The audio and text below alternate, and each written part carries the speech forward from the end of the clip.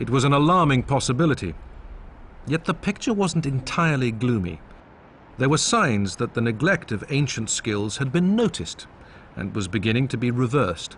What was unexpected was where this was happening.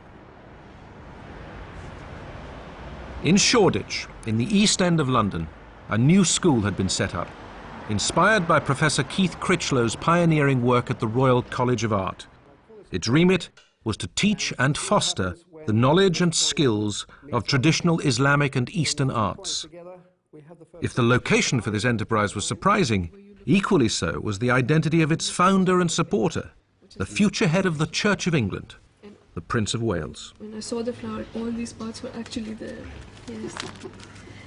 So, Then it's equipped, yes, I see. One of the reasons I was so keen to find a way of achieving this school was because I felt there was such a terrible danger of losing all the precious wisdom and the knowledge and understanding of where so many of the great traditional crafts and forms of art had come from, and architecture indeed. And we were in real danger of losing these very precious understandings. Although the school teaches a range of traditional arts, its work does have a special emphasis. It is fundamentally important that the school preserves the crafts of and the heritage of the Islamic world, because we believe that these have been disappearing at such a fast rate over the last few years. We have students from all over the world, from different cultural backgrounds, who come in to study this idea and to find a contemporary expression, which in a way is extending these traditions into the contemporary world. The school teaches the principles on which traditional design is based, but it doesn't stop with theory. Students here are taught crafts, carefully learnt skills that have been handed down over generations. The importance of preserving the craft is actually much more fundamental than just preserving techniques of making beautiful objects. It's about understanding a universal principle. It is a language which links us to the natural order of being. Craftsmanship from all over the world, whether it's from the Hindu tradition, the Muslim or the Christian tradition, has always understood that to create beauty in the world, it has to work on a level of inspiration. There is a sense of divine inspiration which expresses itself in the order of nature around us in the natural world. Nature is itself governed by mathematical rules, from the symmetry of a cut apple to the structure of a crystal. The language of geometry is all around us, and there's a widespread sense that mathematics, and geometry in particular, is the language of the Creator.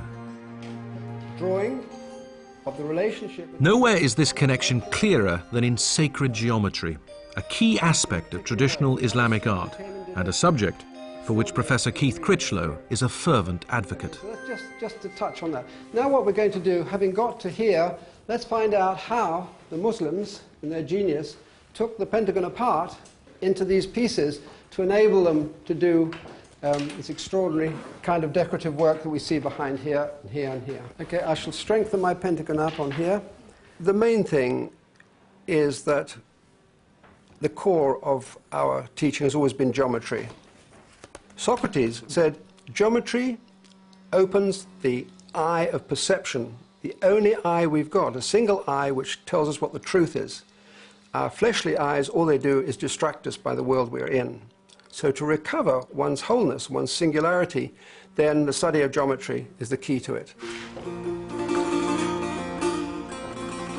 The school in Shoreditch did not long remain alone in its mission to nurture ancient skills.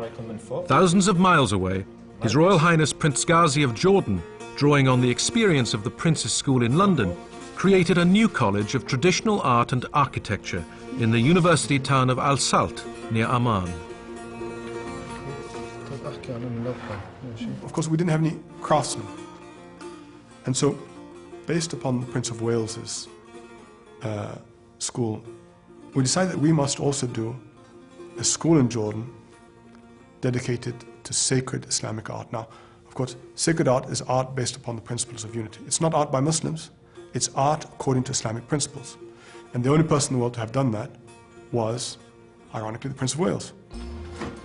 And we got master craftsmen from Turkey, from Syria, from Egypt, from Morocco, from Indonesia. And so we created really, by the grace of God, a unique traditional Islamic art center here. And now we're exporting it. They want to set up a college in Lebanon, and Saudi Arabia, and Bahrain, and Egypt.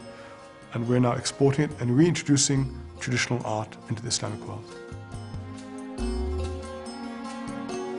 Together, these two centers of excellence are at last halting the loss of ancient knowledge and stimulating a rebirth of interest in traditional skills.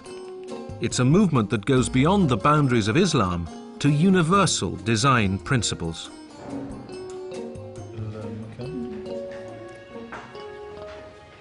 Islam is far from being the only religion that uses sacred geometry in its art. In many ways, it's common to all religions. And this sacred geometry, this sacred art, is often used as an aid to contemplation, as a help with worship, but it's also to do with impressing people, with power and awe. It's wonderful, it's worshipful, but it's also a tiny bit scary. This sense of order and wonder has got a lot to do with the symmetries and proportions of what we're seeing or perceiving. It's like hearing a wonderful chord in music where all the elements are harmonious. And within nature itself, there's a lot of balance and harmony, which has been a great inspiration for religious art across the ages, not least Islamic art. Geometric art need not limit the imagination. The 13th century Alhambra in Granada demonstrates the heights to which it can soar.